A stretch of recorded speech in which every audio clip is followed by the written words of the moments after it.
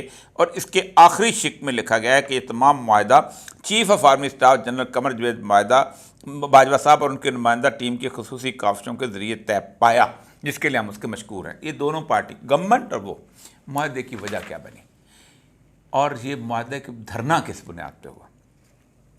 Government اور تحریک لبیک دونوں کہہ رہی ہیں تحریک لبیک یا رسول اللہ جو کہ ایک پرامن جماعت ہے، یہ حکومت لکھ رہی ہے اور دونوں متفق ہو کے لکھے، اور کسی قسم کی تشدد اور بدامنی پر یقین نہیں رکھتی۔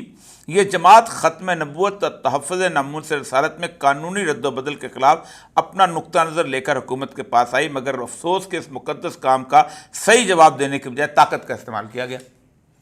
اس پہ احسن اقبال صاحب کے دستخط ہیں۔ چھیڑا کس نے؟ قانون کیا تھا کہ قادیانیوں کو ایک راستہ دیا گیا تھا، اور اس کے اوپر آپ کو شاید یاد ہوگا کہ مولانا فضل الرحمان جیسے لوگوں نے بھی کہا کہ ختم نبوت کا دوپٹہ کو اٹھا کے لے گئے۔ ایک ایسا سینسٹیو ایشو جس کو ایک خاص طریقے کے ساتھ ایک الیکشن کمیشن کے شخص نے تبدیل کر کے اس کے اندر الیکشن رولز کے اندر اس کو آگے لے کے لایا۔ 21 دنوں پر محیط اس کوشش کو اگر بات چیت کے ذریعے حل کرنا ہے تو ہماری مندرجہ ذیل مطالبات کو پورا کیا جائے۔ ہم یقین دلاتے ہیں کہ ان شرائط پر اتفاق ہونے پر ہم نہ صرف ختم نبوت دھرنا ختم کر دیں بلکہ ملک بھر میں اپنے ساتھیوں کو پرامن رہنے کی درخواست بھی کریں۔ اس میں وزیر قانون جو تھے ان کو برطرف کرنا تھا اور اس قانون کو واپس لینا۔ 21 دن کے بعد یہ صورتحال آئی۔ سینسٹیوٹی کیا تھی کہ سید الانبیاء صلی اللہ علیہ وآلہ وسلم کی ناموس کے اوپر اور قادیانیت کو راستہ دینے کے لیے ایک بل خاموشی سے ایک شیطنت کے ساتھ اس کو پاس کیا گیا۔ قاضی فائز عیسیٰ صاحب کے اس پورے فیصلے کے اندر اس بیک گراؤنڈ کا کہیں کوئی ذکر نہیں ہے۔ دنیا میں موٹیو کے بغیر جرم کی نوعیت اسٹیبلش نہیں کی جا سکتی۔ موٹیو کہاں سے اسٹیبلش؟ اب چھوڑ دیں، موٹیو ختم ہو گیا، خادم حسین رضوی اللہ کو پیارے ہو گئے، دھرنا ختم ہو گیا، قاضی فائز عیسیٰ صاحب کی واہ واہ جے جے کار ہو گئی، بے شمار سیکولر لبرل طبقات نے قاضی فائز عیسیٰ صاحب کو ہیرو بنا دیا، اور وہ ہیرو ہیں ان کے کبھی کبھی قرآن کی آیات سے وہ بھی استدلال بھی لیتے ہیں۔ آج بھی انہوں نے قرآن کی ایک آیت پڑھی، کونوا مع الصادقین، سچوں کے ساتھ دو۔ اب ان کے اس فیصلے کے اندر انہوں نے 3 مختلف دھرنوں کا ذکر، ایک تو انہوں نے 12 مئی کا ذکر کیا، پھر اس کے ساتھ ساتھ انہوں نے کہ وہاں پر وکیل جو ہے 56 کے قریب وکیل جو ہیں وہ بیچارے شہید ہوئے، اور اس کے اوپر بے بسی کا عالم یہ تھا کہ عدالت میں جس وقت وہ لوگ نے کیس چلانا شروع کیا ہائی کورٹ کے اندر، تو ایک کئی ہزار لوگ گواہی دینے وہاں پہنچ گئے، اور حالت یہ تھی کہ عدالت اپنے آپ کو امپلیمنٹ نہ کر سکی، اور وہ صورتحال جس کو اتنے عرصے گزرنے کے باوجود بھی نہیں، ایک قاضی فائز صاحب کا ایک آرڈر جو ہے یہ اس کو کیسے امپلیمنٹیشن مود میں لے کے آئے گا، اس کے پر ڈسکس بعد میں کرتے ہیں۔ اس کے بعد انہوں نے طاہر القادری صاحب اور عمران خان صاحب کے دھرنے کا ذکر کیا۔ اس سے پہلے بھی طاہر القادری صاحب کا دھرنا ہوا، اس کا ذکر نہیں کیا گیا۔ اس سے پہلے بے شمار اگر تاریخ پہ جانا تھا تو تاریخ پرویز مشرف سے نہیں شروع ہوتی۔ تاریخ شروع ہوتی ہے جب پاکستان کے اندر یہ سارے احتجاجات کی ساری تاریخ چلتی تھی، 1977، اس سے پہلے 69، اس سے پہلے 70۔ تاریخ کا ذکر کرنا ہے تو اچھی بات ہے، ایک اچھا کمپیڈیم سے بڑا شاندار قسم کا کیس بن سکتا۔ لیکن جو فیصلے کے کنکلوژنس ہیں، جس میں سے ایک سے لے کے آپ اندازہ کریں کہ اس کے بعد 56 تک یہ مختلف کنکلوژنس ہیں، جیسے آپریشنل کلاز جن کو کہی جاتی ہے. اس آپریشنل کلاز میں ایسی جسے کہتے ہیں نا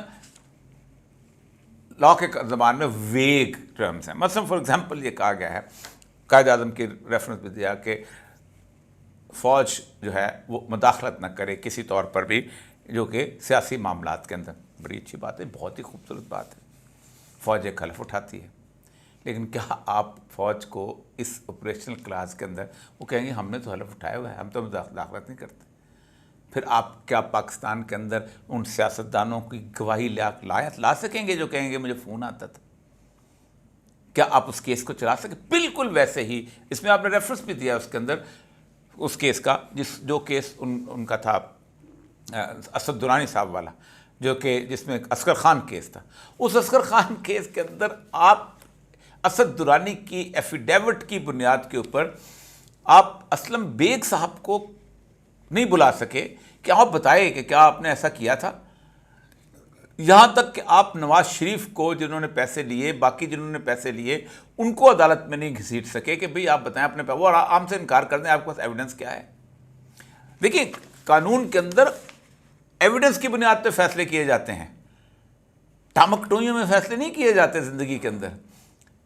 اسد درانی میں ایک ایفیڈیوٹ دے دیتا ہوں کہ میں پاکستان کے اندر میں نے کم سے کم 12 جج جو ہیں ان کو میں نے فلاں بینک کے ذریعے میں نے دیے، اپنا پیسے دیے، اور اس کی ٹرانزیکشن کو ثبوت نہیں پیش ہوتا تو کیا ہوگا؟ یا میں نے 12-13 بیوروکریٹس کو پیسے دیے.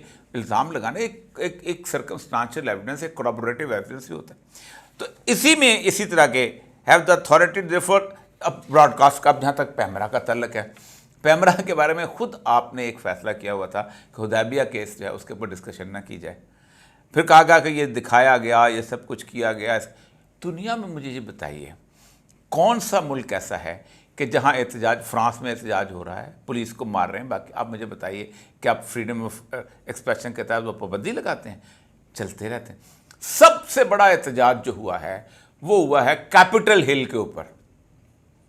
داخل ہو گئے تھے لوگ، کرسیوں پہ بیٹھے ہوئے تھے. یہ الگ بات ہے کہ اس کی ایویڈنس کے بعد فیصلہ ہوا. کیا پاکستان نہیں، انڈیا نہیں، یورپ نہیں، امریکہ نہیں، برطانیہ، کوئی ایک چینل ایسا تھا جس کے اوپر وہ فوٹیجز نہ دکھائی جاتی رہی ہوں جو کہ کیپٹل ہل میں داخل ہونے کی؟ یہ تو بہت بڑا ایویڈنس تھا آپ کے خلاف. پھر سب سے بڑی بات ہے کہ آپ نے جو سو موٹو لیا تھا، اور اس کے اوپر ظاہر بات ہے یہ جسٹس مشیر عالم صاحب ریٹائر ہو گئے ہیں، جس پر وہ آپ نے بڑے مزیدار تھے، اس کو بڑی شاندار سٹوری. ایک شخص جو ہے وہ آتا ہے، وکیل، وہ آ کے پیش ہوتا ہے کہ میں جناب وہاں گیا، وہاں نہیں جا سکا، پھر پتہ نہیں کون سے دودھ والے کی دکان سے گھومتا گھامتا میں یہاں میں لیٹ ہو گیا. آج اس کیس کے اندر ایک ایسا ہے پٹیشنر ہے شیخ رشید، وہ لیٹ ہو گیا ہے. آپ نے سوال دریافت کیا کہ کہاں ہے وہ پٹیشنر، ویئر اباؤٹس کہاں ہے اس کی؟ اصل مسئلہ یہ ہے کہ اس ملک خدا داد پاکستان کے ساتھ مسئلہ یہ ہوا ہے کہ اس میں خواب دکھانے والے بہترین خواب دکھا کر شاندار قسم کی گفتگو کر کے یہاں سے چلے جاتے ہیں، لیکن کسی کے پاس کوئی حل نہیں ہوتا کہ ہم کیا کریں. ہاں، مجھے تعریف کرنی پڑتی ہے اس وقت ایک جج کی جس کا نام بابر ستار ہے.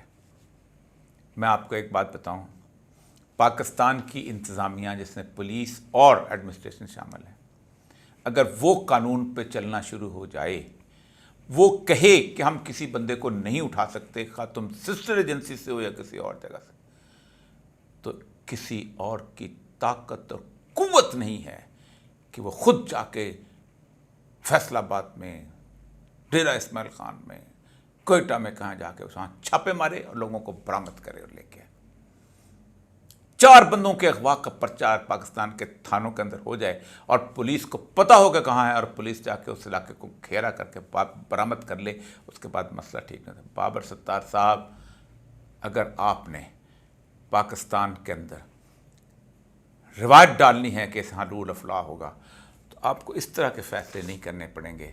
آپ صرف ان لوگوں کو